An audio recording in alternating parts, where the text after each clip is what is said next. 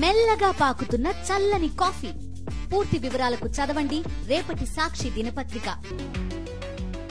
రాష్ట్రంలో law and order దిగజారిపోయిందన్నారు మాజీ CM YSRCP అధ్యక్షులు వైఎస్ జగన్. అన్ని చోట్ల రెడ్ బుక్ల పేరిట విధ్వంసాలు చేస్తున్నారని ఆరోపించారు. తాడేపల్లిలో వైఎస్ఆర్సీపీ లీగల్ సెల్ విభాగంతో వైఎస్ జగన్ సమావేశమయ్యారు. ఏపీలో న్యాయం ధర్మం ఎక్కడా కనిపించడం లేదని, వ్యవస్థలన్నీ దారుణమైన పరిస్థితుల్లో ఉన్నాయన్నారు. అనంతపురం జిల్లా తాడిపత్రిలో టీడీపీ నేతల అరాచకం బట్టబయలైంది. వైఎస్ఆర్సీపీ నేత మురళి ఇంటిపై జేసీ వర్గీయుల దాడి దృశ్యాలు వెలుగులోకి వచ్చాయి.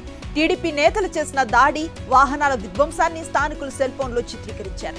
ఈ విజువల్స్ ఇప్పుడు సోషల్ మీడియాలో వైరల్ గా మారాయి. అనకాపల్లి జిల్లా అచ్యుతాపురం ఎసెన్షియా బాధితులకు పరిహారం చెల్లించే విషయంలో కూటమి సర్కార్ పూటకో మాట మారుస్తోంది. ముందు ₹1 కోటి పరిహారం చెల్లిస్తామని చెప్పిన ప్రభుత్వం ఇప్పుడు మొదటి దారి ఖర్చులకు కేవలం ₹10,000 మాత్రమే ఇస్తామనటంతో బాధిత కుటుంబాలు ఆందోళన వ్యక్తం చేస్తున్నాయి. అచ్యుతాపురం బాధితులను వైఎస్ఆర్సీపీ నేతలు పరామర్శించారు. అనకాపల్లి ఉషా ప్రైమ్ హాస్పిటల్లో చికిత్స పొందుతున్న క్షతగాత్రులను ఎమ్మెల్సీ బొత్స సత్యనారాయణ, గుడివాడ అమర్నాథ్ బాధితులను పరామర్శించి అండగా ఉంటామని ధైర్యం చెప్పారు. ఉషా ప్రైమ్ హాస్పిటల్లో 18 మంది క్షతగాత్రులు చికిత్స పొందుతున్నారు. మెరుగైన వైద్య సేవలు అందటం లేదని నిన్నటి నుంచి ఆవేదన వ్యక్తం చేస్తున్నారు. తెలంగాణలో రాజ్యసభ ఉప ఎన్నికల కోసం 2 నామినేషన్స్ దాఖలయ్యాయి. కాంగ్రెస్ నుంచి అభిషేక్ సింఘ్వి నామినేషన్ వేయగా, తమిళనాడుకు చెందిన పద్మరాజన్ అనే వ్యక్తి మరో నామినేషన్ వేశారు. అభిషేక్ సింఘ్వి అభ్యర్థిత్వాన్ని ఎమ్మెల్యేలు బలపరిచారు. ఈ నెల 27న రాజ్యసభ అభ్యర్థిగా సింఘ్వి ఏకగ్రీవంగా ఎన్నికైనట్లుగా ఎన్నికల అధికారులు ప్రకటించనున్నారు. రుణమాఫీపై చేవెళ్లలో బీఆర్ఎస్ పెద్ద ఎత్తున ధర్నా నిర్వహించింది. ఈ ధర్నాలో పార్టీ వర్కింగ్ ప్రెసిడెంట్ కేటీఆర్ తో పాటు సీనియర్ నేతలు, ఎమ్మెల్యేలు పాల్గొన్నారు. రుణమాఫీపై రైతులను సీఎం రేవంత్ రెడ్డి దగా చేశారంటూ నిప్పులు చెరిగారు. ఎన్నికల ప్రచారంలో ఒక మాట, కేబినెట్ లో ఒక మాట, అసెంబ్లీలో మరో మాట, ఖమ్మం సభలో ఇంకో మాట మాట్లాడి రైతులను తప్పుదో పట్టించారంటూ మండిపడ్డారు. రుణమాఫీపై రైతులు తిరగబడుతున్నారన్నారు. సూర్యాపేట జిల్లా తిరుమలగిరికి వెళుతూ ఉన్న మాజీ మంత్రి జగదీష్ రెడ్డిని అడ్డుకున్నారు పోలీసులు. తిరుమలగిరిలో బీఆర్ఎస్, కాంగ్రెస్ కార్యకర్తల గొడవలో గాయపడ్డ తమ పార్టీ కార్యకర్తలను పరామర్శించేందుకు జగదీష్ రెడ్డి వెళ్లేందుకు ప్రయత్నించారు. దారి మధ్యలో తన కారును నిలువరించి అడ్డుకున్న పోలీసులతో వాగ్వివాదానికి దిగారు జగదీష్ రెడ్డి. సిద్దిపేట జిల్లా చేర్యాలలో రైతులతో కలిసి బీఆర్ఎస్ నేతలు ఆందోళనకు దిగారు. అంబేద్కర్ విగ్రహం వద్ద బైఠాయించి నిరసన వ్యక్తం చేశారు. దేవుళ్లపై ప్రమాణం చేసి ముఖ్యమంత్రి రేవంత్ రెడ్డి ఇచ్చిన మాట తప్పారని మండిపడ్డారు. ఎటువంటి షరతులు లేకుండా అర్హులైన ప్రతి ఒక్కరికి 2 లక్షల రుణమాఫీ చేయాలని డిమాండ్ చేశారు. ఖమ్మం జిల్లా వైరాలో బీఆర్ఎస్ పార్టీ ఆధ్వర్యంలో రైతులు ధర్నాను చేపట్టారు. కాంగ్రెస్ ప్రభుత్వానికి వ్యతిరేకంగా నినాదాలు చేస్తూ వైరా రింగ్ రోడ్ సెంటర్ నుంచి ఎంఆర్ఓ ఆఫీస్ వరకు ర్యాలీ నిర్వహించారు. వెంటనే అర్హులైన ప్రతి ఒక్కరికి 2 లక్షల రుణమాఫీ చేయాలని డిమాండ్ చేశారు. మహబూబాబాద్ జిల్లా తొర్రూరులో రైతులతో కలిసి బీఆర్ఎస్ నేతలు ఆందోళన నిర్వహించారు. రైతులను ముఖ్యమంత్రి రేవంత్ రెడ్డి మోసం చేశారని ఆరోపించారు. 2 లక్షల రుణమాఫీ ఒకేసారి చేస్తామని చెప్పి మాట మార్చారన్నారు.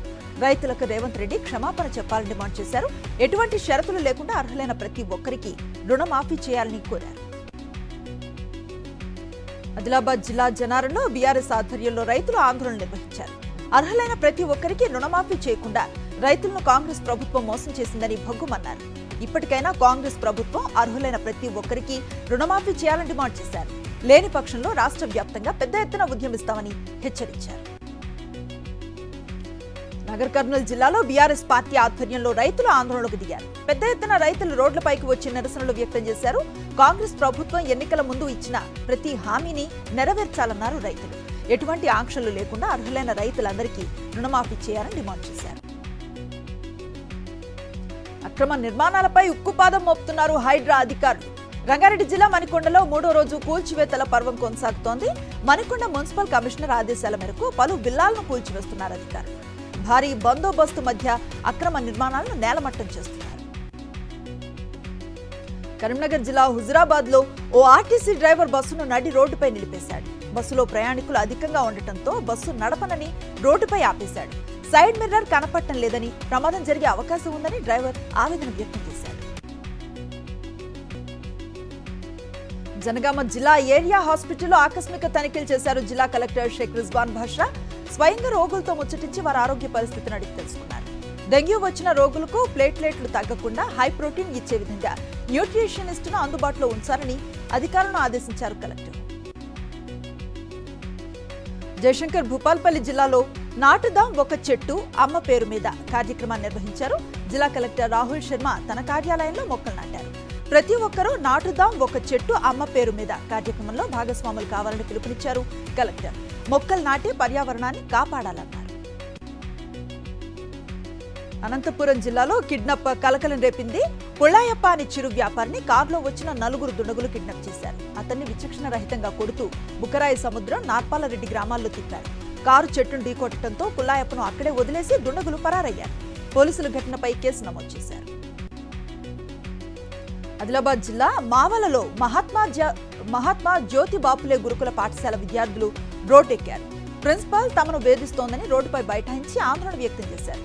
కనీస సౌకర్యాలు కల్పించకుండా మానసిక వేదనకు గురి చేస్తోందన్నారు. వెంటనే ప్రిన్సిపాల్ ను తొలగించి కనీస సౌకర్యాలు కల్పించాలని విద్యార్థులు డిమాండ్ చేశారు. అనంతపురం జిల్లా కళ్యాణదుర్గంలో ముద్దినాయనపల్లి గ్రామ పెద్ద చెరువు కట్ట తెగిపోయింది. చెరువుకు గండి పడ్డ వెంటనే అధికారులకు సమాచారం ఇచ్చామన్నారు గ్రామస్తులు. వారు సకాలంలో స్పందించకపోవడంతో చెరువు కట్ట పూర్తిగా తెగిపోయిందని ఆరోపించారు. అధికారులు సకాలంలో స్పందించుంటే నీరు వృధా అయ్యేది కాదని ఆవేదన వ్యక్తం చేశారు. భద్రాద్రి కొత్తగూడెం జిల్లా పాల్వంచలో సబ్స్టేషన్ ఎదుట రైతులు ఆందోళనకు దిగారు. 20 రోజులుగా ట్రాన్స్ఫార్మర్ పెట్టకుండా లైన్మ్యాన్ ఇబ్బందులకు గురి చేస్తున్నారని రైతులు ఆగ్రహాన్ని వ్యక్తం చేశారు. కరెంటు లేక పంటలు ఎండిపోతున్నాయన్నారు. వెంటనే ట్రాన్స్ఫార్మర్ ఏర్పాటు చేయాలని రైతులు డిమాండ్ చేశారు.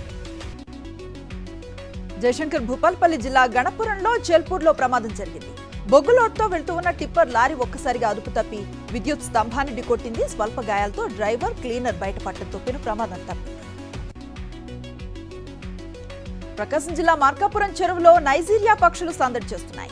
వేల కిలోమీటర్లు ప్రయాణించి ఖండాంతరాలు దాటి వచ్చిన పక్షులను మార్కాపురం ప్రజలు అతిథులుగా భావిస్తున్నారు. వాటిని చూసేందుకు పెద్ద ఎత్తున మార్కాపురం వద్దకు తరలి వస్తున్నారు. తిరుపతిలో మెగాస్టార్ చిరంజీవి బర్త్డే వేడుకలు ఘనంగా నిర్వహించారు.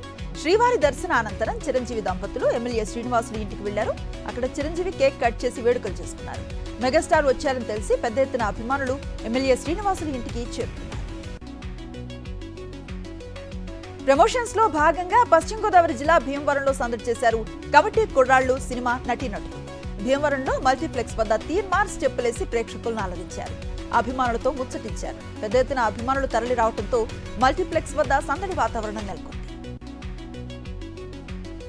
బీఆర్ఎస్ ఎమ్మెల్సీ కవిత మరోసారి అస్వస్థతకు గురయ్యారు. ఆమెను ఢిల్లీ ఎయిమ్స్ కు తరలించి వైద్య పరీక్షలు చేయించారు తీహార్ జైలు అధికారులు. వైరల్ ఫీవర్, గైనిక్ సమస్యతో బాధపడుతున్నారు ఎమ్మెల్సీ కవిత. జైలు డాక్టర్స్ సిఫార్సు మేరకు ఆమెను ఎయిమ్స్ కు తీసుకువెళ్లారు తీహార్ అధికారులు. అక్కడ వైద్య పరీక్షలు నిర్వహించారు. గతంలోనూ జైల్లో అనారోగ్యం పాలయ్యారు కవిత. ఢిల్లీ లిక్కర్ కేసులో అరెస్ట్ అయిన బీఆర్ఎస్ ఎమ్మెల్సీ కవిత దాదాపు 5 నెలలుగా జైల్లోనే ఉన్నారు. జమ్మూ కాశ్మీర్ అసెంబ్లీ ఎన్నికల్లో కాంగ్రెస్, నేషనల్ కాన్ఫరెన్స్ కూటమిగా పోటీ చేయనున్నాయి. శ్రీనగర్ లో పర్యటించిన కాంగ్రెస్ అధ్యక్షుడు మల్లికార్జున ఖర్గే లోక్సభలో ప్రతిపక్ష నేత రాహుల్ గాంధీ, ఎన్సీ చీఫ్ ఫరూక్ అబ్దుల్లాలతో భేటీ అయ్యారు. ఈ సందర్భంగా అసెంబ్లీ ఎన్నికల్లో కలిసి పోటీ చేయాలని నిర్ణయం తీసుకున్నారు. సిపిఎం కూడా కాంగ్రెస్, ఎన్సీ కూటమిలో భాగస్వామిగా ఉన్నారు. బద్లాపూర్ లైంగిక వేధింపుల ఘటనపై బాంబే హైకోర్టు సుమోటోగా విచారణ చేపట్టింది. పిల్లలకు స్కూల్లోనే రక్షణ లేకపోతే విద్యా హక్కు గురించి మాట్లాడటంలో అర్థం లేదంటూ ఘాటు వ్యాఖ్యలు చేసింది.